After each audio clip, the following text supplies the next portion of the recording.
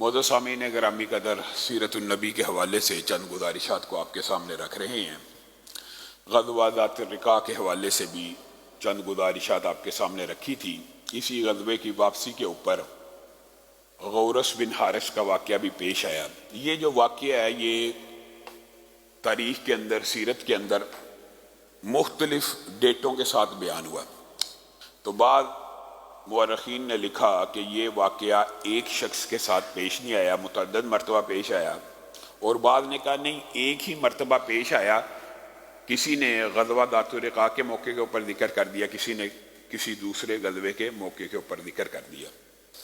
وہ واقعہ مشہور آپ نے سنا ہے، رسول اللہ صلی اللہ علیہ وسلم لیٹ گئے سستانے کے لیے، آرام کرنے کے لیے۔ اچانک آپ نے ایک آواز سنی کہ ایک آدمی آپ کو اٹھا رہا ہے اور کہہ رہا ہے کہ آپ کو میرے سے کون بچائے گا؟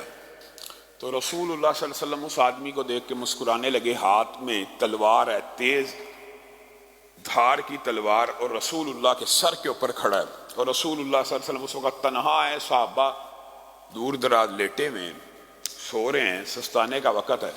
تو رسول اللہ صلی اللہ علیہ وسلم مسکرا کے اس کو کہتے ہیں، اس وقت بھی مجھے اگر تیرے ہاتھ سے کوئی بچا سکتا ہے تو اللہ بچا سکتا ہے۔ جیسے ہی رسول اللہ نے یہ الفاظ کہے اللہ بچا سکتا ہے، اس آدمی کے ہاتھ کپ کپانا شروع ہو گئے، اور وہ جو کھڑا ہے رسول اللہ صلی اللہ علیہ وسلم کو تلوار لے کر مارنے کی نیت سے کپ کپاتے ہوئے اس کے ہاتھ سے تلوار گر جاتی ہے، اور رسول اللہ صلی اللہ علیہ وسلم تلوار اٹھا لیتے ہیں۔ اور بعض روایات میں یہ آتا ہے رسول اللہ کہتے ہیں اب بتا تجھے کون بچائے گا؟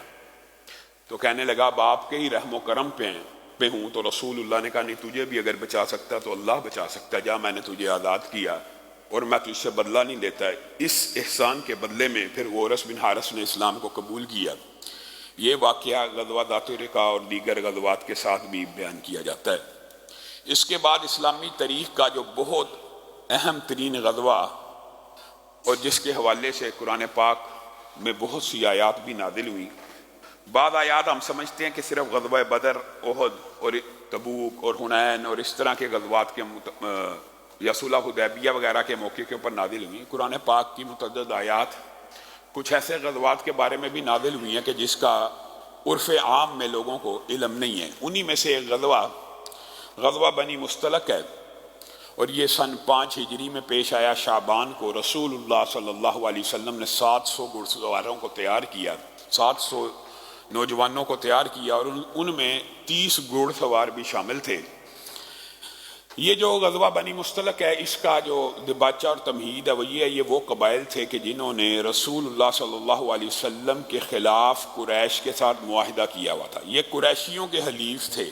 غزوہ احد کے اندر بھی انہوں نے قریشیوں کا ساتھ دیا۔ جیسے غزوہ احد کے بعد میں آپ کو مختلف مارکوں کے بارے میں بیان کر رہا ہوں کہ رسول اللہ صلی اللہ علیہ وسلم اپنی ٹیریٹری، اپنی ریاست کی حدود اور اپنے ریاست کے امور اور اپنی ریاست کے معاملات واضح کرتے جا رہے ہیں، اور اپنی سرحدوں کو بڑھاتے چلے جا رہے ہیں، اور فتنے بازوں کو ان کی سرکوبی کرتے چلے جا رہے ہیں۔ تو یہ بھی رسول اللہ صلی اللہ علیہ وسلم نے ضروری سمجھا کہ انہوں نے بھی قریش کا ساتھ دیا تھا احد کے میدان میں، اور یہ قریش کے حلیف ہیں، اور حضرت بریدہ اسلمی کو بھیجا تھا پہلے ان کی تفتیش کرنے، ان کے کیا ارادے ہیں، کیا نیت ہے۔ انہوں نے آ کے رپورٹ دی کہ ہاں وہ آپ سے جنگ کرنا چاہتے ہیں، اور وہ جنگجو تیار کر رہے ہیں، اور وہ اسلحہ تیار کر رہے ہیں، اور جب کبھی ان کو موقع ملا وہ پلٹ کے آپ کے اوپر وار کریں گے۔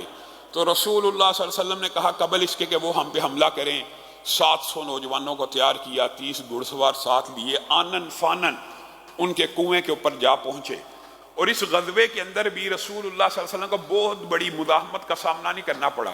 تھوڑی ہی دیر میں ان کے جنگجوؤں کو جو ماہر جاں باز سپاہی تھے قتل کیا، اور باقی سب کے سب کو قیدی بنا لیا۔ یہ غزوہ یعنی محدود مدت میں ایک ہی دن میں تقریباً ختم ہو گیا۔ لیکن اس غزوے کے اندر، سفر کے اندر اور سفر سے واپسی کے اندر جو معاملات پیش آئے وہ نہایت اہم ہیں۔ رسول اللہ صلی اللہ علیہ وسلم کی خانگی زندگی کا یعنی ازواجی زندگی کا بھی ایک بہت اہم واقعہ اس غزوے میں پنہا ہے کہ رسول اللہ صلی اللہ علیہ وسلم نے جب سارے قیدی اور سارے جنگجو گرفتار کر لیے تو ان کی تقسیم ہو گئی، جو جیسے تقسیم ہوتی ہے رسول اللہ صلی اللہ علیہ وسلم تقسیم کر دیے۔ تو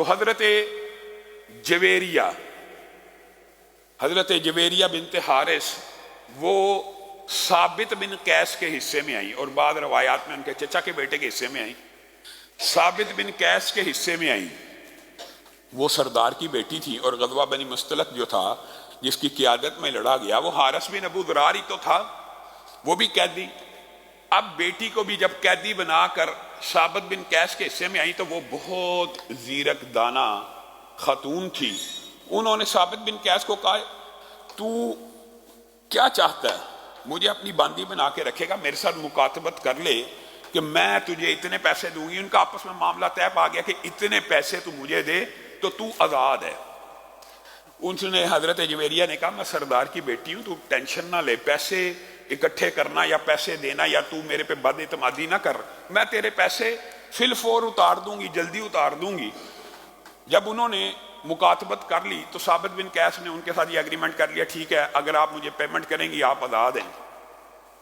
انہوں نے ارد گرد پیمنٹ کا انتظام کرنا شروع کیا، کچھ رقم کم رہ گئی تو وہ رسول اللہ صلی اللہ علیہ وسلم کی بارگاہ میں پیش ہوئی اور آ کے کہنے لگی کہ آپ کو علم ہے کہ میں اپنے قبیلے کے سردار کی بیٹی ہوں۔ حضرت عائشہ نے ویسے اس روایت کے حوالے سے ایک لمبا چوڑا کلام بھی کیا، اور حضرت عائشہ کہتی ہیں کہ جب جویریہ چلتی ہوئی جس وقار، جس تمکنت اور جس سنجیدگی سے آ رہی تھی، اسی وقت میرا دل لرزنا شروع ہو گیا کہ اتنی باوقار عورت ہے، اتنی سنجیدہ اور اتنی حیادار اور اتنی اعلیٰ پرسنالٹی والی ہے۔ میرا دل، حضرت عائشہ خود بیان کرتی ہے، میرے دل میں یہ خیال آیا کہ رسول اللہ صلی اللہ علیہ وسلم کے دل کو بھا جائیں گی اور رسول اللہ صلی اللہ علیہ وسلم ان سے شادی کا ارادہ نہ کر لیں۔ حضرت عائشہ کا یہ روایت ویسے موجود ہے۔ اور رسول اللہ کے پاس جب وہ حاضر ہوئی اور رسول اللہ نے جو شادی کی اس کی وجوہات بھی متعدد ہیں، رسول اللہ سے کہنے لگی آپ کو پتہ میں اپنے سردار قبیلے کے سردار کی بیٹی ہوں، آپ نے ثابت بن قیس کے مجھے سپرد کیا، اس کے ساتھ مکاتبت ہو گئی ہے، کچھ پیسوں کی کمی ہے، آپ میرے سے کیا تعاون کرتے ہیں؟ میں آپ کے پیسے کا احسان کا بدلہ، سرداروں کی بیٹیاں جس وقار کے ساتھ بات کرتی ہیں، آپ میرے پہ احسان کریں گے، آپ کے احسان کا بدلہ دوں گی، یعنی آپ کو اچھی طرح قرض لٹاؤں گی، آپ مجھے قرض دیجئے۔ رسول اللہ صلی اللہ علیہ وسلم کا کوئی فعل عمل اللہ کے حکم کے بغیر نہیں ہوتا۔ رسول اللہ کچھ دیر خاموش رہے اور کہنے لگے کیا میں آپ کو اس سے ایک اچھی آپشن نہ دوں؟ کہا کیا؟ میں مہر آپ کو دیتا ہوں، آپ آزاد ہو جانا، یہ جو رقم ہے مہر کے طور پہ میں آپ کو رقم بھی دیتا ہوں، آپ آزاد بھی ہو جانا، آپ مجھ سے نکاح کر لیں۔ جویریہ نے اس آپشن کو قبول کیا اور رسول اللہ صلی اللہ علیہ وآلہ وسلم کے ساتھ ان کا نکاح ہو گیا۔ اب یہ وہ غزوہ ہے کہ جس میں بہت زیادہ محنت کے بغیر سینکڑوں قیدی، بہت بڑا مال غنیمت ہاتھ میں لگا ہوا ہے، صحابہ خوش ہیں، لیکن رات ہوئی تو پورے کے پورے جب الاؤ روشن ہوئے ایک ایک خیمے میں یہ بات پہنچ گئی کہ بنو مستلق کا جو قبیلہ یہ رسول اللہ کا سسرالی رشتہ دار ہو گیا ہے۔ کیسے؟ حارث بن ابو ذرار جو ہے اس کی بیٹی کے ساتھ رسول اللہ نے شادی کر لی ہے۔ غزوہ بنی مستلق کے اندر یہ جو شادی کا واقعہ یہ بھی بہت اہمیت کا حامل ہے۔ امی عائشہ کہتی ہیں کائنات کے اندر، دھرتی کے اوپر اس سے مبارک عورت اور اس سے بہتر نکاح میں نے نہیں دیکھا اپنے قوم اور کنبے اور قبیلے کے لیے۔ جس بابرکت نکاح کا جب رسول اللہ نے ارادہ کیا تو جویریہ کے قبیلے کو ایسا فائدہ پہنچا جو انسانی تاریخ میں نہیں پہنچ سکتا۔ کہا کیا فائدہ پہنچا؟ جب رات کو یہ بات پھیل گئی کہ یہ قبیلہ بنو مستلق سارے کا سارا رسول اللہ کا سسرالی رشتہ دار ہے، کسی ایک نے بھی رسول اللہ سے آ کے نہیں پوچھا، آپس میں فیصلہ کیا اب یہ ہمارے نبی کے سسرالی رشتہ دار ہیں، صبح ہونے سے پہلے سینکڑوں غلاموں کو، سینکڑوں باندیوں کو، پورے کے پورے قبیلے کے جتنے قیدی تھے سب کو آزاد کر دیا کہ یہ میں ہمارے رسول کے سسرالی رشتہ دار ہیں۔ روایات میں آتا ہے کہ ڈول کے اوپر جو لکڑی لگی ہوتی ہے، لکڑی اگر وہ بھی کسی کے حصے میں آئی، اس نے وہ بھی ڈھونڈ کے کہ کس کی ہے اس کو واپس کر دی، وہ رسی جس سے ڈول کھینچا جاتا ہے وہ بھی واپس کر دی۔ اور فائدہ کیا نکلا؟ جب صحابہ کا یہ طرز عمل دیکھا اور اپنی بیٹی کے ساتھ حارث نے یہ معاملہ دیکھا، یہ عجیب قسم کا غضبہ ہے کہ غضبہ کفار کے خلاف ہو رہا تھا، ان کو تحقیق کرنے کے لیے ان کو قیدی بنایا جا رہا ہے۔ جب آزاد کیا گیا، جب رہا کیا گیا، رسول اللہ کی یہ حکمت ہے، یہ حکمت ہے شادی کی سب سے بڑی۔ رسول اللہ نے جب جویریہ سے شادی کر لی، اگلے دن سب آزاد ہیں، سارا مال غنیمت واپس ہے، ایک سردار ایک بیٹی آپس میں مشورہ کرتے ہیں، ایک سردار اپنے کنبے اور قبیلے کے ساتھ مشورہ کرتا ہے، یار کس کے ساتھ دشمنی لی ہوئی تھی؟ ایسے لوگوں کے ساتھ، ان کے ساتھ جنگ کرتے تھے، یہ ان کے اخلاق ہیں، یہ انہوں نے ہمارے ساتھ معاملہ کیا۔ سارے کے سارے قبیلے نے یک زبان ہو کے رسول اللہ صلی اللہ علیہ وسلم کی نبوت کی گواہی دی اور اللہ کی توحید کی گواہی دے دی۔ ایک شادی، اور ایک شادی، اس وجہ سے امی عائشہ کہتی ہیں اس سے بابرکت شادی میں نے اپنی آنکھوں میں اس دھرتی کے اوپر نہیں دیکھی کہ ایک عورت اسلام قبول کرتی ہے اور رسول اللہ کے نکاح میں آتی ہے، پورا سینکڑوں کا قبیلہ اس کی وجہ سے اسلام کو قبول کر لیتا ہے۔ پھر حضرت جویریہ کو اللہ تعالیٰ نے ہماری ماں کا جو خطاب دیا، ام المومنین بن گئی۔